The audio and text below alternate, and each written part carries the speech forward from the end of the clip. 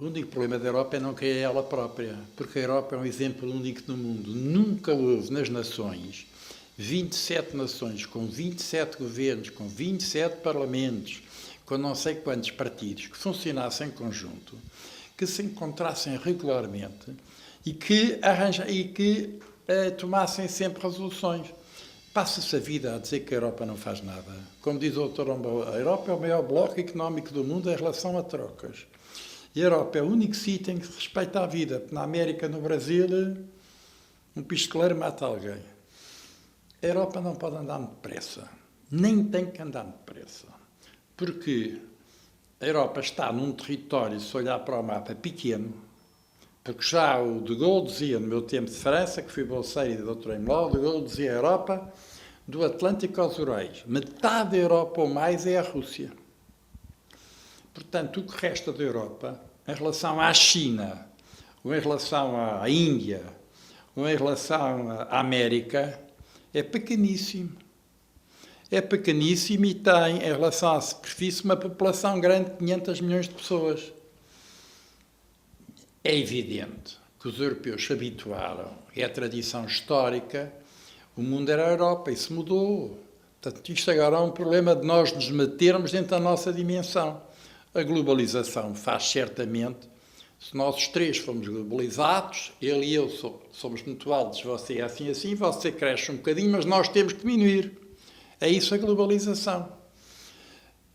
O fundamental na Europa é manter a funcionar o Conselho da Europa, a Comissão dos Direitos, porque os valores é o mais importante. Dizem que os valores, a formação das pessoas, a moral, o acreditar, a liberdade, isso é que é o património da Europa. Não é ser ricos ou ser pobres. A Europa valeu sempre no espírito. E, por exemplo, o Jude diz que os mais importantes que nos deram os valores no século passado, curiosamente, passou-se tudo na Península, aqui na Ibéria. Foi na Guerra de Espanha, nos anos 30, que esteve cá o George Orwell e que esteve cá o Arthur Koestler. Estiveram do lado dos comunistas da Guerra de Espanha. Mas foram os homens que mais combateram o totalitarismo. Foi o Raymond Aron, que também disse que os valores é que eram a base da Europa. E a Europa fez-se à base dos valores. Claro que deve haver desenvolvimento económico. Agora, eu não percebo nada de economia, mas é duvidoso que se possa crescer infinitamente. Nós, biologicamente e espiritualmente, também atingimos um certo limiar de desenvolvimento. Muito avançados tiveram os europeus a viver sempre como príncipes, exploravam as matérias-primas dos africanos, essa malta, isso acabou, eles agora são homenzinhos. Portanto, nós temos que acreditar em nós, acreditar nas instituições. A senhora Merkel era a única mulher inteligente que percebeu que a Europa sem a Rússia não é nada e que está a cativar os russos. O próprio Durão Barroso utiliza os russos por causa do Cáucaso e tal. É preciso ver que a Europa tem um cerco que teve sempre, desde o Solimão Magnífico e depois do século XIX e depois quando o Nicolau derrotou os turcos, do Islão. O Islão é uma tenasca perto da Europa. Os Estados que estão contra a Rússia, a Federação Russa, são os Estados islâmicos fundamentalistas do Sul. Não era que a Rússia tem o seu problema com a relação com o islamismo. Mas a Europa tem que se estender através da Rússia. Isso é fundamental, porque nós não temos matérias-primas. E a Rússia faz parte da Europa. No século XIX, os nossos bisavós levavam cá um saco de libras, iam para São Petersburgo e para as universidades, para Rostov, Rússia. Estudar foi sempre um meio avançado. A corte russa era um meio cultural avançado. Portanto, a Rússia tem que entrar na Europa. Em relação aos problemas da juventude que imigram e tal, também considero um paradoxo disparar-se disto, está-se a expulsar os portugueses. Expulsa nada. Eu, quando me formei em 62, não havia onde colocar cá, consegui uma bolsa Zeca de Paris, da Gulbenkian, fiz lá o doutoramento, cheguei cá, fundei uma unidade intensiva de cardíacos, não havia ao tempo, com o professor Luciano Cordeiro, criámos uma coisa nova e foi isso que me deu carreira. Tenho filhos, tenho sobrinhos na Europa, em todo o lado. Portugal é a Europa é Portugal. Eles não, isto que estão no estrangeiro é um eufemismo de há 100 anos. Só-nos honra ter portugueses ilustres em Londres. Tenho 2 filhos em Madrid, tenho uns sobrinhos aqui lá, agora tenho outro no Kuala Lumpur. Eles falam português, difundem a cultura europeia e estão a trazer para cá valor acrescentado. A diáspora portuguesa foi sempre no mundo. E é preciso não esquecer, Dom Manuel, o mais rico, quando fez as descobertas, havia fome nos campos. Isto é onde a terra acaba e o mar começa, não é? É muito bom que as pessoas se diplomem e que não haja entraves às universidades. Mas é preciso ter os espíritos americanos. Tira o diploma para serem cultos. Das bombas da gasolina, há diplomados americanos a tirar a gasolina.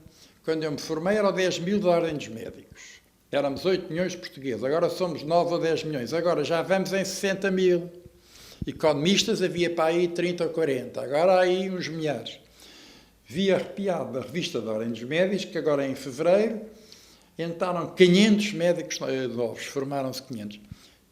É claro que o país não tem possibilidade de dar um trabalho digno a toda a gente. O que está a acontecer é que estão a baixar imenso os ordenados licenciados.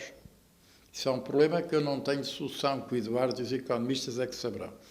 Agora, que nós temos que trabalhar e temos de nos ligar à África, nós temos a sorte extraordinária que nenhum país tem da Europa, dos continentes que nos rodeiam, falar em português. Fala-se português no Brasil, fala-se português em África, fala-se português em algumas coisas da Malásia. E na Malásia eu falei português com os que lá estão em Malaca, dos descendentes portugueses. A cultura portuguesa irradia pelo mundo. Portugal tem que ser, é um porta-aviões no meio do mundo. E temos que aproveitar as nossas ligações. Os brasileiros são muito egoístas connosco.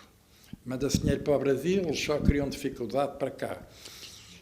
É possível que agora a nova estratégia do Obama, da plataforma Europa mais América juntos, acrescente 0,5% ao PIB ou não. Mas, quer dizer, nós temos que pensar que tem que haver trabalho para toda a gente. Mas não se pode viver para o dinheiro, tem que se viver, como dizia o Clino Ribeiro, como diziam os grandes homens, como dizia o Reinaldo Cheio, tem que se viver para o saber e para o conhecimento. E tem que se compreender que, conforme as crises e os tempos, os ordenados e isso tudo devem ser em circunstância. Não há direito constitucional nenhum que dê às pessoas a felicidade ou que os iniba de morrer, não é? Temos que ter uma liberdade de oportunidades, temos que ter uma solução sem facilidades, as faculdades devem ser núcleo de estudos e de aperfeiçoamentos. E temos que, felizmente, temos os escapes dos minérios. Portugal agora é um país rico de minério, no meu tempo não se falava nisso. E temos o mar. Faço parte de umas comissões da Associação da Reserva Naval e convenci o ministro, eu ajudei, não fui só ele disse-me que já assinou a coisa mais importante cá em Portugal, que é aquela bolsa extraordinária que há por baixo de uma ilha dos Açores, que está a 500 metros de superfície, e que foi estudada pelo robô da Marinha. Diz que não compramos nada, é mentira, e a Cristas já disse à Ministra do Mar que vai comprar outro navio hidrográfico. Temos que explorar o nosso mar, mas para isso os portugueses têm que mudar os hábitos, porque nós temos imenso peixe na costa, mas não gostamos de comer o nosso peixe, nós só gostamos de comer a pescada, o linguado e o peixe fora da nossa costa. Temos que aproveitar o que há. É preciso que a gente nova se mobilize para coisas novas. Não há descobertas sem risco. Não há acrescentos culturais, económicos ou tal sem risco. E não se pode viver neste ambiente lamechice, em que toda a gente diz mal, que a Europa é péssima. Por amor de Deus, a Europa, em relação ao resto do mundo, é o único continente em que a dignidade humana tem expressão. É pugnar pela cultura portuguesa. É fundamentalmente deixar que o português seja reconhecido como língua da União para umas coisas que não é, e que tudo o que tenha relação com a África e com o Brasil, da Europa, passa a Portugal. Portugal tem que ser visto não para o país que é, mas pelas potencialidades. A nossa potencialidade é o Brasil, é a Angola, é o mar português. E temos a felicidade extraordinária, ainda vi que no meio desta lamechice tudo diz mal, só no mês passado e este ano, os rapazes novos estão nos estrangeiros, os portugueses, aumentaram 10% das reservas para cá. Nós temos portugueses autênticos que gostam de Portugal, fora da Europa. Portugueses velhos, sedizes, que não acreditam em nada, que têm os defeitos da cidade e das serras do grande ESA cá dentro. Temos que aproveitar a nossa rede dos portugueses estrangeiros. O Sr. Presidente da República tem insistido muito nisso e, quanto a mim, com muita razão. Ainda agora vi hoje de manhã na televisão outra coisa que me encantou. A Universidade de Aveiro concebeu, além daquelas patentes que eles já têm para telemóveis de novas gerações, etc., sistemas ópticos diferentes estão-se a vender em toda a Europa. Os portugueses têm capacidade de investigação científica. Temos que aproveitar, e a Europa tem sido muito generosa com nós, os fundos científicos. Todos os centros científicos que eu conheço funcionam com dinheiro europeu. Oxalá, pode ser uma heresia dizer isto, é merecerem o dinheiro que recebem. É preciso trabalhar desinteressadamente, acreditando no nosso valor e procurando ser úteis e idealistas. Não há civilização sem valores. A Europa não é um bloco económico. A Europa foi uma construção dos valores da paz, da amizade, dos intercâmbios, disso tudo, da cultura, que surgiu depois da Segunda Guerra Mundial. E isso é que é a nossa Europa. Essa Europa mantém-se, é um mistério. Tu diz mal da Europa, mas agora todos os países à volta da Europa de Leste querem entrar para cá. A Europa continua a ser o maior doador, a Comissão Europeia, para o Médio Oriente. Somos o maior doador, damos mais dinheiro que os americanos, os indianos ou os chineses. E a Europa tem sido muito generosa, tem dado dinheiro a países africanos. Temos que acreditar em nós próprios. Se nós não acreditamos em nós próprios, morremos. A vida é uma questão de crença e de aventura. Foi sempre assim. Comparar os jovens portugueses que vão para o estrangeiro agora, que é tudo pela net, e carregam no botão e no dia seguinte estão em Lausanne, não sei o quê, em bons lugares, com o do meu tempo, para fugir à guerra, eu ia-se com a mala de cartão para a Europa e andavam diplomados em Paris no meu tempo, a limpar os tetos e a limpar as paredes ao sábado e domingos, os franceses não trabalhavam. É completamente outro mundo. Compreendo que a juventude lhe custe, mas de qualquer maneira, também nunca se diz isso, mas dos 40% que pedem bolsas na universidade, 40% têm bolsa. Isso acho que é uma coisa chegada. No meu tempo não havia ninguém.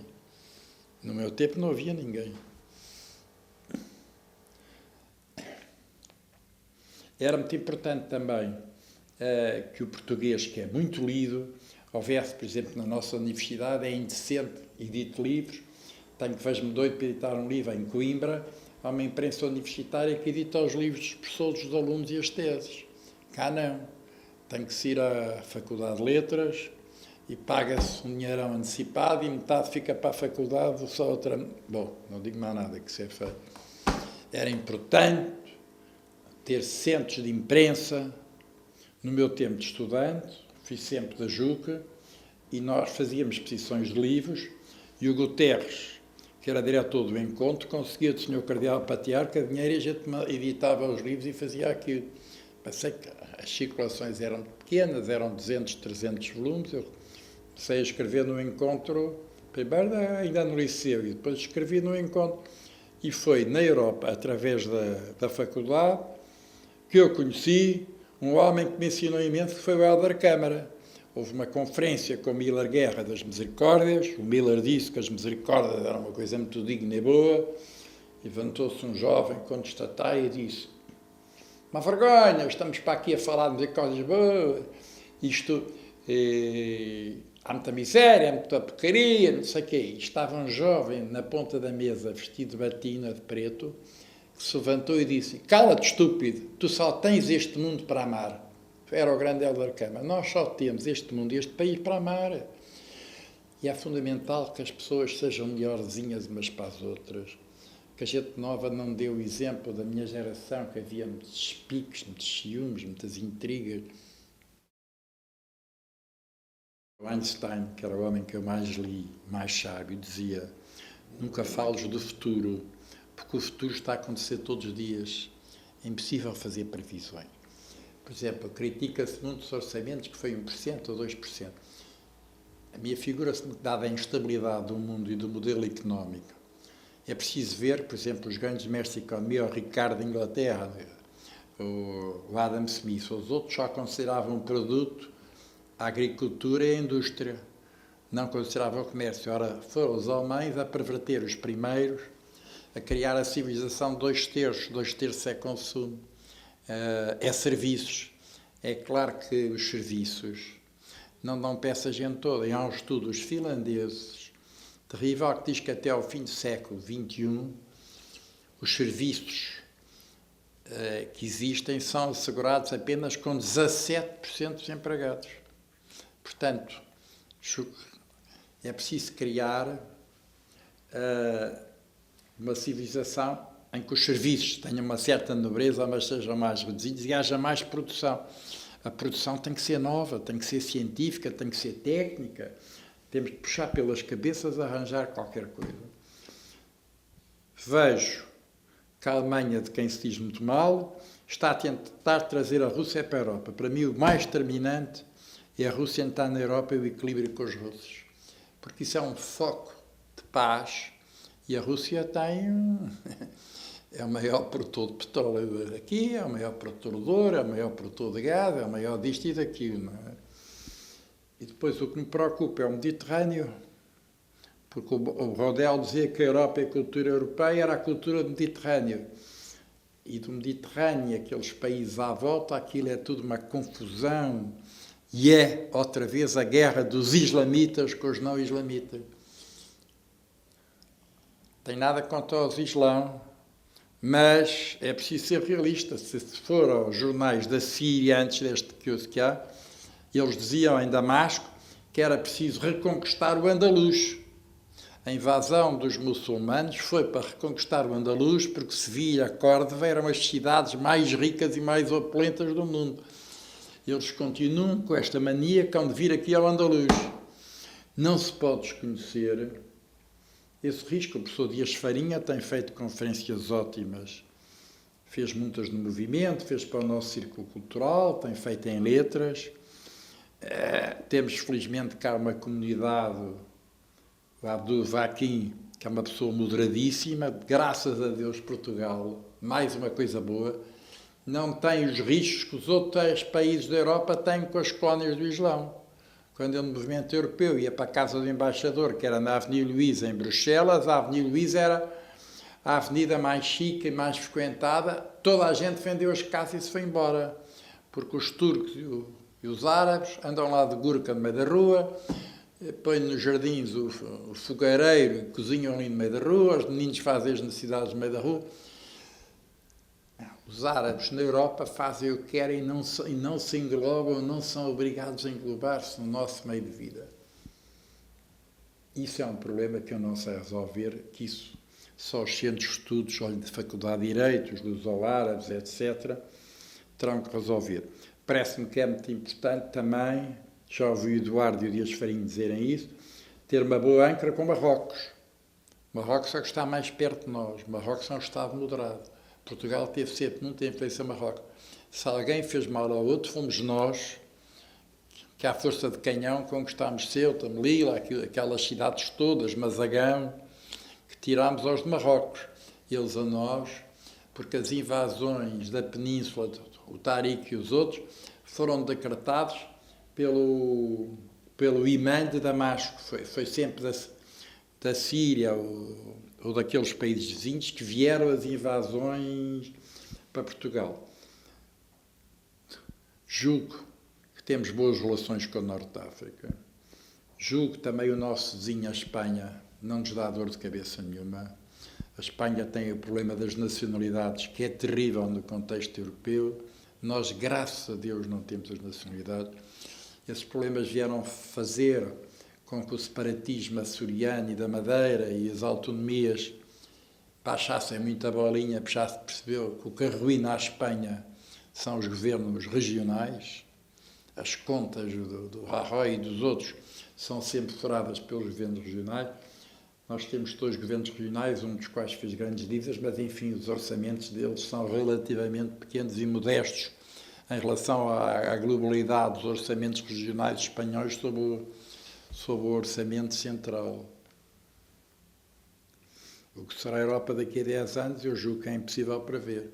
Façamos o dia-a-dia com juízo, tenhamos juizinho na bola, como diz sempre o Frei Bento, e depois o resto se verá. Vocês é que vão fazer a Europa de há 10 anos. Eu só posso falar da Europa que vivi, que é a Europa do passado. Estimulo imenso que os meus filhos vão para o estrangeiro e que fizessem os Erasmus e isso tudo. Devo a minha vida a ter ido para a França, logo depois de ter feito serviço militar. Tive 2 anos lá nas Guinés e nesses sítios, nos barcos, apesar de tudo fui um privilegiado, mas o que me abriu a cabeça foi sempre a França. No meu tempo de França havia um jornal que era o Figaro de Mauriac e havia outro jornal de esquerda que era o Monde de France, o Mundo. Eles tinham um diálogo cultural elevadíssimo. Faz-nos falta nos nossos jornais diálogos culturais autênticos, são só artigos a dizer mal disto e daquilo. A maldicência nunca nos leva a nada.